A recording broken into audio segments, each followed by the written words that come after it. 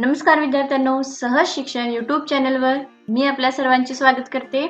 आज मी घेत आहे इयत्ता 10वी, विषय आहे विज्ञान आणि तंत्रज्ञान भाग 1, त्यामधील पाठ पहिलाच आहे गुरुत्वाकर्षण। तर या भागाचे आपण पूर्वी 2 व्हिडिओ बघितलेले असतीलच। त्यामध्ये आपण गुरुत्वाकर्षण, वर्तुळाकार गती, अभिकेंद्री बल, केप्लरचे नियम, त्यानंतर न्यूटनचा वैश्विक गुरुत्वाकर्षणाचा सिद्धांत, पृथ्वीचे गुरुत्वीय त्वरण हे 5 मुद्दे बघितलेले आहेत। तर आजच्या या पार्ट मध्ये आपण मुक्तपतन आणि मुक्तिवेग हे 2 मुद्दे शिकणार आहोत। मुक्तपतन म्हणजेच काय, त्याला इंग्लिश मध्ये आपण फ्री फॉल असं म्हणतो। तर हे मुक्तपतन कन्सेप्ट काय आहे हे आपण या सर्व गोष्टीवरून समजून घेऊयात। त्यासाठी पहिल्यांदा आपल्याला एक छोटासा प्रयोग करण्यास सांगितलेला आहे। तो प्रयोग असा आहे की आपल्या हातामध्ये एक लहान दगड घ्यायचा आहे आणि त्यावरती कोणकोणती बले प्रयुक्त होत आहेत असा प्रश्न विचारलेले आहेत। त्याचप्रमाणे हा जर दगड आपण खाली सोडून दिला तर काय आढळते, आणि जेव्हा हा दगड सोडून दिला जातो तेव्हा त्याच्यावरती कोणते बल प्रयुक्त होते असा देखील प्रश्न विचारलेले आहे। तर या प्रश्नाची उत्तरे आपल्याला या पॅराग्राफ मध्ये मिळतात, बघूयात। पृथ्वीचे गुरुत्वीय बल हे सगळ्या वस्तूंवरती प्रयुक्त असते, हे आपण मागील 2 पार्ट मध्ये शिकलेलो आहोतच। जेव्हा आपण हा दगड हातात धरलेला असतो त्यावेळेला सुद्धा त्या वस्तूवरती किंवा त्या दगडावरती हे गुरुत्वीय बल हे प्रयुक्त होतच असते, परंतु आपण हाताने तो विरुद्ध दिशेने लावत असतो। त्यामुळे ते जे बल आहे, हे बल आपण विरुद्ध दिशेने लावलेले जे बल आहे त्याला ते बल संतुलित करत असते, म्हणून तो दगड आपल्या हातामध्ये स्थिर असतो किंवा तो दगड स्थिर राहतो। जेव्हा आपल्या हातामधून तो दगड आपण खाली सोडून देतो तेव्हा त्याच्यावरती फक्त आणि फक्त गुरुत्वीय बल हे प्रयुक्त होत असते, त्याच्याच प्रभावाने तो दगड खाली पडला जातो। बघा, जेव्हा हातामध्ये आपल्या दगड असतो तेव्हा त्याच्यावरती गुरुत्वीय बल सुद्धा प्रयुक्त होत असते। त्याचबरोबर आपण ज्या हाताने विरुद्ध दिशेने बल लावलेले असते, हे बल आणि गुरुत्वीय बल हे दोन्ही संतुलित होतात, त्यामुळे तो दगड आपल्या हातामध्ये स्थिर राहतो। परंतु जेव्हा हा दगड आपण हातातून सोडून देतो त्यावेळेला काय होतं, तर त्या दगडावरती फक्त गुरुत्वीय बल प्रयुक्त होत येते आणि याच्या प्रभावानेच तो दगड खाली गुरुत्वीय केंद्राकडे पडला जातो। जेव्हा एखादी वस्तू ही केवळ गुरुत्वीय बलाच्या प्रभावाने गतिमान असेल तर त्या गतीला मुक्तपतन असे म्हणतात। आता आपल्याला समजलेलं आहे की मुक्तपतन कशास म्हणतात। तर एखादी वस्तू ही जेव्हा केवळ गुरुत्वीय बलाच्या प्रभावामुळे गतिमान असेल तर त्या गतीला मुक्तपतन असे म्हणतात, म्हणजेच दगडाचे मुक्तपतन होते। मुक्तपतनात आरंभीचा वेग हा 0 असतो, म्हणजे सुरुवातीचा जो वेग आहे, दगड आपल्या हातातून खाली सुटतानाचा जो सुरुवातीचा वेग आहे हा 0 असतो आणि कालानुसार गुरुत्वीय त्वरणामुळे तो वाढत जातो। पृथ्वीवर मुक्तपतनाच्या वेळी हवेशी होणाऱ्या घर्षणामुळे वस्तूच्या गतीला विरोध होतो। जेव्हा आपण तो दगड हातातून खाली सोडतो तेव्हा हवा असते, या हवेच्या घर्षणामुळे ती जी वस्तू आहे किंवा तो जो दगड आहे याच्या गतीला हा विरोध होतो व त्या वस्तूवरती काही प्लावक बल कार्य करते। म्हणूनच खऱ्या अर्थाने हे जे मुक्तपतन आहे हे हवेमध्ये होऊ शकत नाही, तर हे मुक्तपतन म्हणजेच त्या ज्या वस्तूला गुरुत्वीय बलाच्या प्रभावाने ती जी वस्तू गतिमान होत आहे ही फक्त केवळ निर्वातातच शक्य होऊ शकते किंवा निर्वातातच ते शक्य आहे। बघा, मुक्तपतन म्हणजे आपण समजून घेतलं की जेव्हा एखाद्या वस्तूवरती फक्त गुरुत्वीय बल आहे आणि त्या बलाच्या प्रभावाने ती वस्तू गतिमान असेल तर त्या गतीला मुक्तपतन असे म्हणतात। मुक्तपतनात वस्तूचा जमिनीवर पडतानाचा वेग आणि त्यासाठी लागणारा कालावधी आपण न्यूटनची समीकरणे वापरून काढू शकतो। मुक्तपतनासाठी त्वरण हे g, त्वरण म्हणजे काय, प्रवेग, ऍक्सलरेशन, आपण मागच्या भागामध्ये शिकलेलो आहोत, व आरंभीचा वेग म्यू, म्हणजे आरंभीचा वेग जेव्हा आपल्या हातातून तो दगड सुटलेला आहे तेव्हा आरंभीचा वेग हा कमी असतो, तो 0 असतो, हे लक्षात घेऊन काही समीकरण खाली तयार केलेली आहेत। बघा, ही 3 समीकरण आपल्याला दिलेली आहेत। v बरोबर gt, त्यानंतर s बरोबर 1/2g आणि t चा वर्ग, तसेच v चा वर्ग बरोबर 2gs, अशी 3 प्रकारची समीकरण आपल्याला दिलेली आहेत। सरळ वर फेकलेल्या वस्तूच्या गतीचा अभ्यास करताना जी चे मूल्य जी ऐवजी वजा जी धरावे. जेव्हा एखादी वस्तू आपण सरळ वरती फेकतो तेव्हा त्या वस्तूच्या गतीचा आपण अभ्यास करत असताना त्याच्यामध्ये जे जी आहे याचे मूल्य आपण जी ऐवजी वजा जी असे धरावे, कारण या गतीत त्वरण हे वेगाच्या विरुद्ध दिशेने होत असते. जी म्हणजेच काय, त्वरण असते आणि हे वेगाच्या विरुद्ध दिशेने होत असते, म्हणून त्याचे मूल्य आपण वजा जी असे धरायचे आहे. जी चे परिमाण तेवढे असले तरी त्या त्वरणामुळे दगडाचा वेग वाढत नसून कमी होतो. म्हणजेच चंद्र किंवा कृत्रिम उपग्रह देखील केवळ पृथ्वीच्या गुरुत्वीय बलाच्या प्रभावाखाली गतिशील असतात. चंद्र आणि जे काही कृत्रिम उपग्रह आहेत यांच्यामध्ये देखील ही जी दोन बल आहेत ही संतुलित होतात, म्हणून ती त्यांच्या जागी व्यवस्थित आहेत, ती त्या ठिकाणी स्थिर आहे. जर ही बल संतुलित नसेल तर चंद्र किंवा जे कृत्रिम उपग्रह आहेत हे पृथ्वीवरती आदळले असते. त्यामुळे तेही मुक्त पतनाचे उदाहरण आहे. आता आपल्याला इथे काही माहिती दिलेली आहे, बघूयात. पृथ्वीवरील एका स्थानावरून जी चे मूल्य सगळ्या वस्तूंसाठी एकसमान असते. म्हणजेच त्वरण, जी म्हणजे काय आहे, त्वरण. तर याचे जे मूल्य आहे हे सगळ्या वस्तूंसाठी एकसमान आहे. कुठल्याही दोन वस्तू एकाच उंचीवरून सोडल्यास एकाच वेळेस जमिनीवर पोहोचतात. मग त्यांचे वस्तुमान आणि इतर कुठलाही गुणधर्म या कालावधीवर परिणाम होत नाही. म्हणजे लहान वस्तुमानाची वस्तू असू देत किंवा मोठ्या वस्तुमानाची वस्तू असू देत, म्हणजे तिचे वजन कमी जास्त असू देत किंवा तिचा इतर कुठलाही गुणधर्म असू देत, याच्या कालावधीवरती परिणाम होत नाही. त्या एकाच वेळेस जमिनीवर पोहोचतात. गॅलिलिओने सुमारे इसवी सन 1590 मध्ये इटली देशातील पिसा या शहरात हा प्रयोग केला होता. दोन वेगवेगळ्या वस्तुमानाचे गोल तेथील झुकलेल्या मनोऱ्यावरून एका वेळेस खाली सोडले तर ते एकाच वेळेस जमिनीवर पडतात, हे त्याने सिद्ध केले.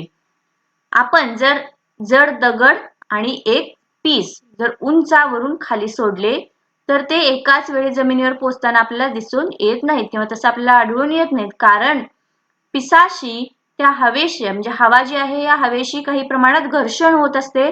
त्यावरती एक प्रकारचे प्लावक बल निर्माण होत असते आणि त्यामुळे ते पीस हे तरंगत हळूहळू जमिनीच्या दिशेने येते आणि ते जमिनीवरती उशिरा पोहोचते. त्याच्याच विरोधात कसं होत असतं, तर हवेमुळे प्रयुक्त होणारे बल हे दगडाच्या वजनापेक्षा कमी असते.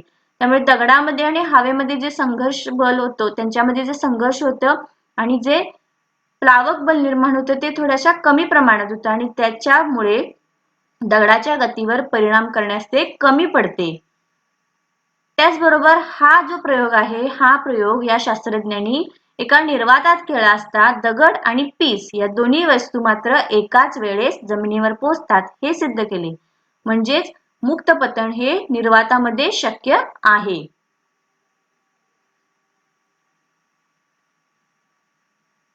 त्यानंतरचा मुद्दा आहे गुरुत्वीय स्थितीज ऊर्जा. वस्तूच्या विशिष्ट स्थितीमुळे किंवा त्या वस्तूच्या स्थानामुळे त्यात जी ऊर्जा समाविष्ट झालेली असते किंवा जी ऊर्जा सामावलेली असते त्या ऊर्जेला स्थितीज ऊर्जा असे म्हणतात. बघा, वस्तूच्या स्थितीमुळे किंवा स्थानामुळे त्यामध्ये जी ऊर्जा समाविष्ट असते, जी ऊर्जा सामावलेली असते तिला स्थितीज ऊर्जा म्हणतात. ही ऊर्जा सापेक्ष असते. पृष्ठभागावरून वस्तूची उंची वाढल्यास ती वाढत जाते अशी आपण माहिती घेतली. जर m वस्तुमान असलेल्या व पृथ्वीच्या पृष्ठभागापासून h एवढ्या उंचीवर असलेल्या वस्तूचे गुरुत्वीय स्थितीज ऊर्जा m g h म्हणजे या तिघांचा गुणाकार इतकी असते. म्हणजेच काय, तर त्याचे वस्तुमान, त्वरण आणि त्याची उंची व पृथ्वीच्या पृष्ठभागावरती 0 असते. जर पृथ्वीच्या पृष्ठभागावर जर ती वस्तू असेल तर मात्र ते गुरुत्वीय स्थितीज ऊर्जा ही 0 असते. h चे मूल्य पृथ्वीच्या त्रिज्येच्या तुलनेत अगदी कमी असताना g चे मूल्य आपण स्थिर धरू शकतो व वरील सूत्रात mgh हे वापरू शकतो. म्हणजे जर h म्हणजे पृथ्वीच्या पृष्ठभागापासूनचे अंतर हे आपण h पकडलेले आहे, जर ते पृथ्वीची जी त्रिज्या आहे याच्या तुलनेत जर अगदी कमी असेल तर आपण जी चे मूल्य हे काय पकडतो, अगदी नगण्य किंवा थोडे स्थिर पकडतो. त्यामुळे आपण हे सूत्र mgh हे सूत्र वापरू शकतो. परंतु जर h चे मूल्य अधिक असले तर g चे मूल्य हे उंचीप्रमाणे कमी होत जातं. हे आपण मागच्या पार्ट मध्ये शिकलेलो आहोत. वस्तू पृथ्वीपासून अनंत अंतरावर असताना g चे मूल्य 0 असते. बघा, वस्तू ही पृथ्वीपासून जर अनंत अंतरावरती असेल तर g चे मूल्य हे 0 असते. कधी जसे जसे वस्तूची उंची वाढत जाईल तसतसे g चे मूल्य हे कमी होत जाते त्याच्या उंचीप्रमाणे. जेव्हा वस्तू ही पृथ्वीपासून आता अनंत अंतरावरती असेल तेव्हा मात्र g चे मूल्य हे 0 असते व त्या वस्तूवर पृथ्वीचे गुरुत्वीय बल कार्य करत नाही. जेव्हा एखादी वस्तू ही पृथ्वीच्या पृष्ठभागापासून अनंत अंतरावरती असते त्यावेळेला g म्हणजे त्वरण ह्याचे मूल्य 0 असते आणि त्यावेळेला त्या वस्तूवरती पृथ्वीचे कोणत्याही प्रकारचे गुरुत्वीय बल कार्य करत नाही. त्यामुळे तेथे वस्तूची गुरुत्वीय स्थितीज ऊर्जा 0 घेणे अधिक योग्य ठरते. म्हणजेच त्यावेळेला त्या वस्तूची गुरुत्वीय स्थितीज ऊर्जा ही 0 होते. अर्थात अंतर त्याहूनही कमी असल्यास स्थितीज ऊर्जा 0हून कमी अर्थात ऋण घेतली जाते. आता आपण पृथ्वीपासून अनंत असे अंतर पकडलेले आहे. तर हे जर अंतर जास्तच आपण पकडले किंवा त्या अंतराहून जर स्थितीज ऊर्जा 0हून कमी असेल तर अर्थात ती ऋण सुद्धा घेतली जाते. आता बघूया, तिथे आपल्याला समजावून दिलेलं आहे खाली, वस्तू पृथ्वीच्या पृष्ठभागापासून h उंचीवर असताना तिची गुरुत्वीय स्थितीज ऊर्जा कशा प्रकारे असते. तर वजा g m हे वस्तुमान आहे वस्तूचे, m आणि छेद r अधिक h दिलेला आहे एवढी घेतली जाते. या ठिकाणी m व r हे अनुक्रमे पृथ्वीचे वस्तुमान आणि त्रिज्या आहेत. तर हे m काय आहे, पृथ्वीचे वस्तुमान, आणि r ही काय आहे, त्रिज्या. तर g हा एक गुरुत्वीय स्थिरांक आहे. तर h हा काय आहे, अंतर आहे किंवा उंची आहे असे आपण म्हणूयात. पुढे आपल्याला मुक्त वेग म्हणजे काय दिलेले आहे. चेंडू वर फेकल्यावर त्याचा वेग कमी होत जातो व हे पृथ्वीच्या गुरुत्वाकर्षणामुळे होते. बघा, जेव्हा आपण चेंडू वरती फेकतो तेव्हा त्याचा एक ठिकाणी जाऊन वेग कमी होतो. हे कशामुळे होते, तर पृथ्वीच्या गुरुत्वाकर्षणामुळे. एका विशिष्ट उंचीवर जाऊन त्याचा वेग 0 होतो आणि तेथून तो खाली पडतो. पण जेवढ्या वेगाने तो वर फेकू तेवढ्या वेगाने वर जातो. त्या ठिकाणी एका विशिष्ट उंचीवर जाऊन त्याचा वेग 0 होतो आणि तिथून तो पुन्हा खाली पडतो. त्याची कमाल उंची त्याच्या आरंभी वेगावर अवलंबून असते. म्हणजे जेवढ्या आपण ताकदीने किंवा जेवढ्या वेगाने आपण वर टाकू ही त्याच्यावरती अवलंबून असते. न्यूटनच्या तिसऱ्या समीकरणाप्रमाणे v वर्ग बरोबर u वर्ग अधिक 2as. v म्हणजे चेंडूचा अंतिम वेग हा बरोबर 0 घेतला. या ठिकाणी चेंडूचा अंतिम वेग 0 असेल तर a बरोबर वजा g घेतलेला आहे आपण, कारण विरुद्ध दिशेने घेतलेला आहे ऍक्सलरेशन. म्हणूनच आता या सूत्रामध्ये आपण घातलं तर v 0 आहे 0 बरोबर u वर्ग अधिक 2 a म्हणजे आपण वजा g घेतलेला आहे s. म्हणून चेंडूची कमाल उंची म्हणजे फेकल्यानंतरची कमाल उंची किती असेल, s बरोबर u चा वर्ग छेद 2g. u म्हणजेच काय आहे, सुरुवातीचा आरंभीचा वेग असं म्हणूया. म्हणूनच चेंडूचा सुरुवातीचा वेग जितका जास्त तितका चेंडू वर जाईल. जेवढ्या जास्त वेगाने तुम्ही चेंडू वर फेकाल तेवढ्या जास्त उंचीवरती तो जाईल. त्याचे कारण म्हणजे सुरुवातीचा वेग जितका अधिक असेल तितका जास्त तो चेंडू पृथ्वीच्या आकर्षणाचा प्रतिकार करू शकेल व तितका जास्त वर जाऊ शकेल. आपण वर पाहिल्याप्रमाणे g चे मूल्य भूपृष्ठापासूनच्या उंचीनुसार कमी होत जाते. वरती आपण काय शिकलो, जसजसे वरती जाल तससे g चे मूल्य हे कमी होत जाते. म्हणून उंचावर गेलेल्या चेंडूवरील पृथ्वीचे आकर्षण कमी होते. आपण चेंडूचा आरंभीचा वेग वाढवत गेलो तर तो अधिक वर जातो किंवा अधिक वर उंचीवर जातो आणि एक विशिष्ट स्थितीत त्याचा आरंभ वेग हा कमी येतो आणि हा आरंभ वेग असा असेल की त्या वेगाने वर फेकलेला चेंडू हा पृथ्वीच्या गुरुत्वीय आकर्षणावरती मात करू शकेल व तो परत पृथ्वीवरती पडणार नाही. म्हणजे असा एक विशिष्ट प्रकारचा वेग, आरंभ वेग जर आपण असेल तर तो इतक्या वेगाने वर जाईल फेकलेला चेंडू की तो गुरुत्वीय आकर्षणावरती मात करेल आणि तो परत पृथ्वीवरती पडणार नाही. आरंभ वेगाच्या या विशिष्ट मूल्यास मुक्ती वेग असे म्हणतात. या ठिकाणी आपण मुक्ती वेग कशास म्हणतात हे जाणून घेत आहोत. सुरुवातीला जेव्हा आपण चेंडू वरती टाकणार आहोत तेव्हा त्याचा जो सुरुवातीचा वेग असणार आहे तो जितका जास्त असेल तितका तो चेंडू वरती जाणार आहे. पृथ्वीच्या आकर्षणाचा तो प्रतिकार करत असेल त्यामुळे ते तितका वरती जात असणार आहे. परंतु जेव्हा आपण वरती काय शिकलो की जी चे मूल्य हे जसजसे भूपृष्ठापासून उंचीवर जाईल तससे जी चे मूल्य कमी होत जाते. म्हणून उंचावर गेलेल्या चेंडूवरील पृथ्वीचे आकर्षण हे कमी होते. जेव्हा चेंडूचा आरंभीचा वेग म्हणजे सुरुवातीचा जो वेग आहे आपण म्यू याने दर्शवलेला होता, यू आपण म्हणूयात त्याला, याने दर्शवला होता, तर तो जो वेग वाढवला आणि तो अधिक उंच जाईल आणि एक अशी विशिष्ट आरंभ वेग असा असेल की असा एक आरंभीचा वेग असेल की त्या वेगावरती तो जो चेंडू वर फेकला तर पृथ्वीच्या गुरुत्वीय आकर्षणावरती तो मात करेल आणि तो चेंडू परत पृथ्वीवरती फिरणार नाही किंवा पडणार नाही. हा जो आरंभीचा वेग आहे या विशिष्ट मूल्यास मुक्ती वेग असे म्हणतात, कारण या वेगाने वर फेकलेली वस्तू पृथ्वीच्या गुरुत्वीय आकर्षणापासून मुक्त होऊ शकेल. मुक्त वेगाचे सूत्र आपण ऊर्जा अक्षयतेचा सिद्धांत वापरून पुढील प्रमाणे काढू शकतो. इथे आपल्याला दिलेले आहेत. आरंभ वेग मुक्ती वेगा एवढा असलेली पृथ्वीच्या पृष्ठभागापासून सरळ वर जाणारी वस्तू पृथ्वीच्या गुरुत्वाकर्षणापासून मुक्त होते. आरंभ वेग हा जर जास्त असेल त्याला एक विशिष्ट मूल्य असेल तर त्याला आपण मुक्ती वेग असं म्हणतो. तर मुक्ती वेगा एवढी असलेली पृथ्वीच्या पृष्ठभागापासून सरळ वर जाणारी वस्तू ही पृथ्वीच्या गुरुत्वाकर्षणावरती मात करते किंवा तिथून ती मुक्त होते. गुरुत्वाकर्षणाचे बल अंतराच्या वर्गाच्या व्यस्तानुपाती असल्याने ते बल अनंत अंतरावरती 0 होते. म्हणजेच वस्तूला या बलापासून मुक्त होण्यासाठी अनंत अंतरावरती जावे लागेल. गुरुत्वाकर्षण बल आपण काय शिकलो होतो, F बरोबर 1/d चा वर्ग म्हणजे त्याच्या अंतराच्या वर्गाच्या व्यस्तानुपाती असते. जर ते बल अनंत अंतरावरती 0 होते म्हणजेच त्या वस्तूला, ही जी वस्तू आहे या वस्तूला या बलापासून मुक्त व्हायचं असेल तर अनंत अंतरावरती जावे लागेल आणि वस्तू अनंत अंतरावर जाऊन स्थिर होईल. आता m ही वस्तुमान असलेल्या वस्तूची पृथ्वीच्या पृष्ठभागावरील आणि अनंत अंतरावरील आपण इथे सूत्रानुसार बघूयात.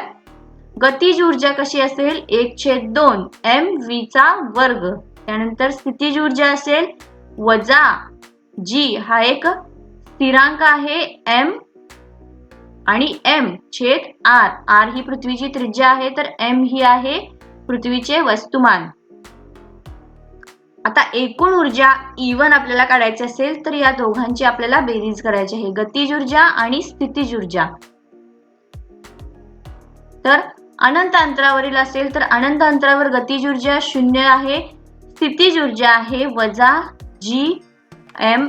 या ठिकाणी r अंतर हे इन्फायनाइट दिलेलं आहे बरोबर 0 आलेलं आहे. त्यामुळे एकूण ऊर्जा E2 आपण घेतलं तर गतीज ऊर्जा आणि स्थितीज ऊर्जा किती येईल, 0 + 0 0 येईल. मग आता ऊर्जेच्या अक्षयतेच्या सिद्धांतानुसार E1 बरोबर E2 जर आपण घेतले तर आपण E1 ची व्हॅल्यू घातली, E2 ची व्हॅल्यू घातली. त्यानंतर आपल्याला जर हा सूत्र मुक्त पतन काढायचे असेल किंवा मुक्ती वेग काढायचा असेल तर v चा वर्ग बरोबर या ज्या सगळ्या संख्या आहेत या बरोबर चिन्हाच्या इकडे घेतल्या आपण 2gm/r. तर v आपल्याला वर्ग काढायचा आहे त्यासाठी या संख्येला आपण वर्गमूळ घेतला. v बरोबर वर्गमूळामध्ये 2gm/r. त्यानंतर बरोबर आपण आता याचे मूल्य g असे घेतलं तर 2g आणि r घेतलेलं आहे. या ठिकाणी आपण ह्या ज्या संख्या घातल्या तर त्याचं उत्तर 11.2 किलोमीटर पर सेकंद इतकं उत्तर आलेलं आहे. चंद्रावर किंवा दुसऱ्या ग्रहावर पाठवल्या जाणाऱ्या अवकाशयानाचा आरंभीचा वेग हा मुक्त वेगापेक्षा अधिक असणे आवश्यक आहे. जर आपल्याला त्या ठिकाणी जाऊन ती वस्तू स्थिर व्हावी असे वाटत असेल तर किंवा जे आपण अवकाशयान पाठवत आहोत हे त्या ठिकाणी जाऊन स्थिर व्हायचे असेल तर आरंभीचा वेग हा त्या मुक्ती वेगापेक्षा अधिक असला पाहिजे, जेणेकरून ती याने ही पृथ्वीचे गुरुत्वाकर्षण पार करून त्या ग्रहाकडे जाऊ शकतील आणि त्या ठिकाणी जाऊन ती स्थिर होऊ शकतील.